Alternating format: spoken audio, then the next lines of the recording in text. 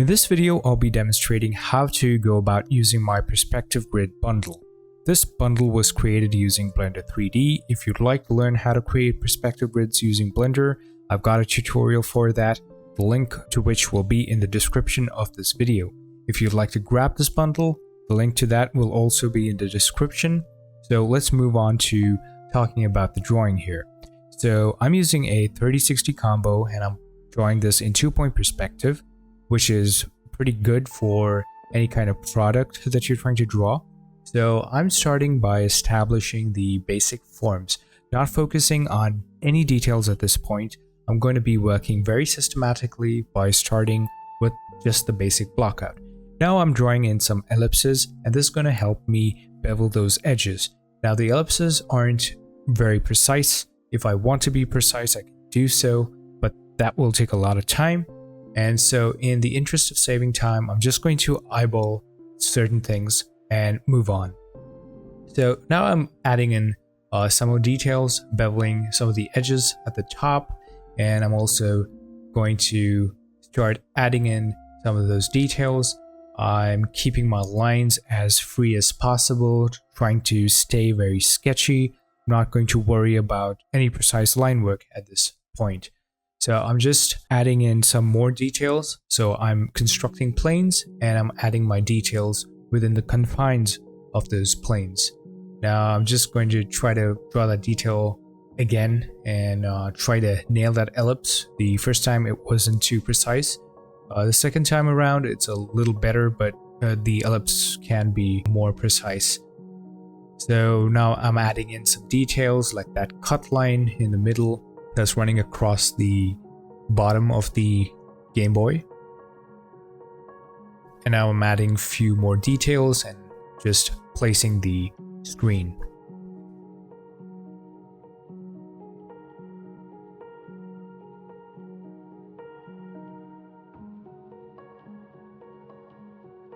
Continuing to sketch out some of those details.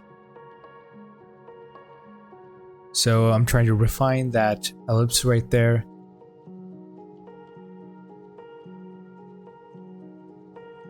Now I'm drawing the slot into which the buttons are going to sit. Just making sure that I'm getting the angles right. So during the initial phase, I'm thinking about proportion and not about detail. Once I've got my proportions down, I'm then thinking about detail placements and things like that. Now I'm going ahead and insetting that area where the screen is going to be.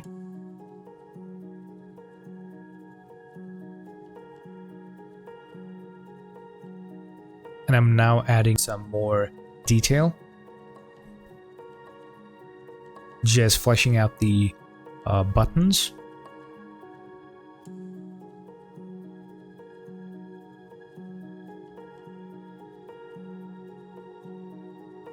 And with that, I'm done with the sketching phase.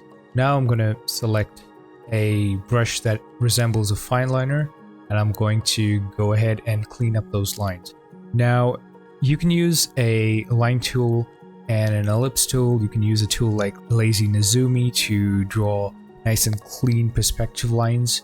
But for this, I want to have that organic hand-drawn line work. I find that hand-drawn perspective has its own charm, and it tends to keep the lines lively, and that's just a personal preference of mine.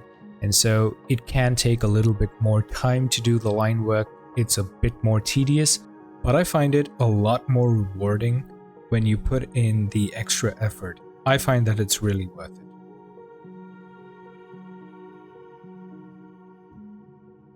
So I'm continuing to clean up all my lines.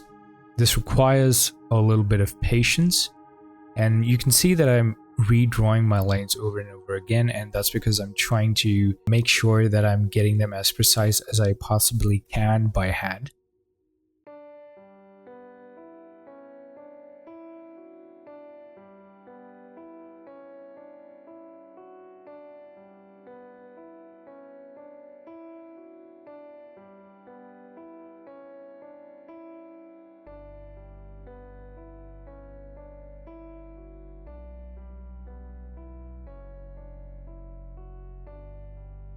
adding in some of that finer detail, indicating thickness and things like that.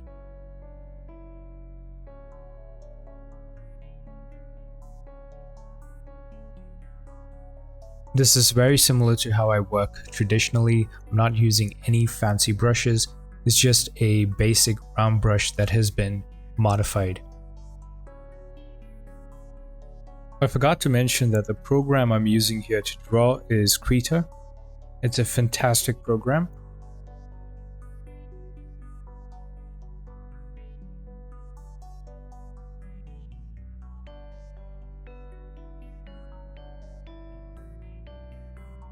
Going in and refining that ellipse.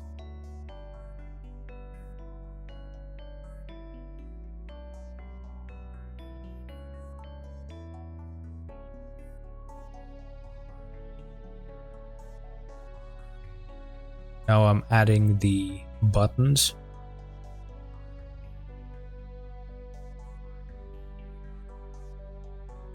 Adding some thickness to it.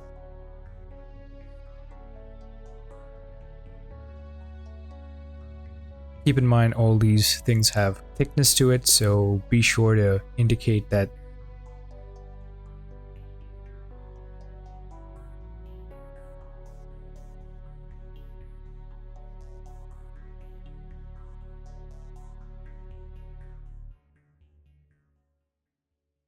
And you can see that I'm not precisely following my underdrawing. If I feel at any point that I can change things, I'm going to go ahead and do so. I'm not going to be restricted by the underdrawing. And I tend to just bounce around between different areas of the sketch as I'm working. Now I'm adding in some tiny details here and there.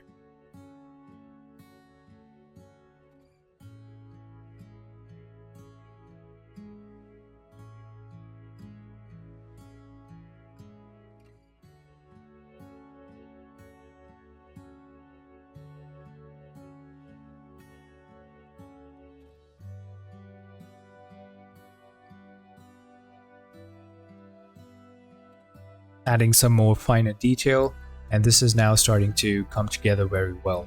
I'm pretty happy with how it's looking at this stage.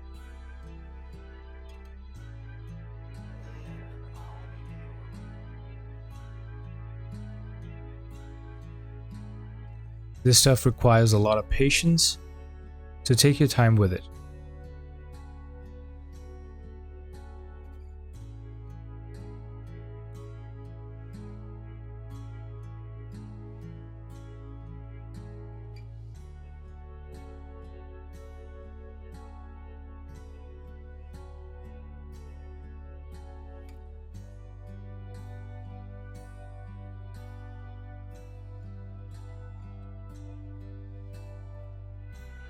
Now I'm blocking in the color, and I'm just using a basic round brush to do so.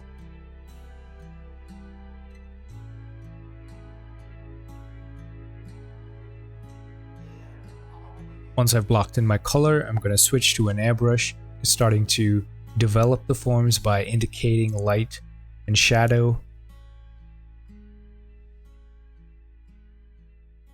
I don't want to get too much into the rendering process. I don't want this turning into a rendering demonstration. So I'll conclude my narration here, and I'll come back at the end with some final thoughts.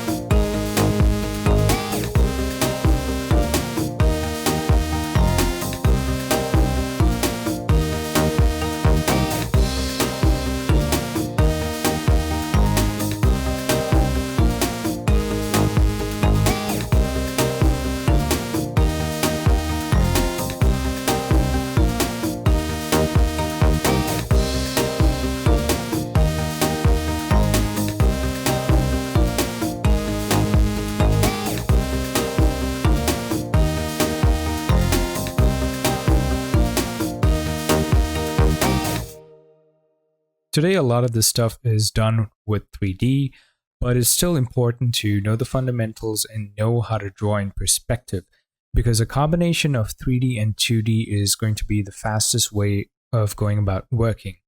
And if you rely too much on 3D, you're going to end up wasting a lot of time. So 3D and 2D together is the best of both worlds. And that's how you're going to work fast. So it is important to understand how to do perspective drawing, because it's going to carry over to 3D and things like that. So with that, thanks for watching this demonstration. I hope you learned something from it. If you did, make sure to like and subscribe. And also, if you have any kind of suggestions, be sure to leave it in the comments below. And with that, thanks for watching, and I will see you in the next one.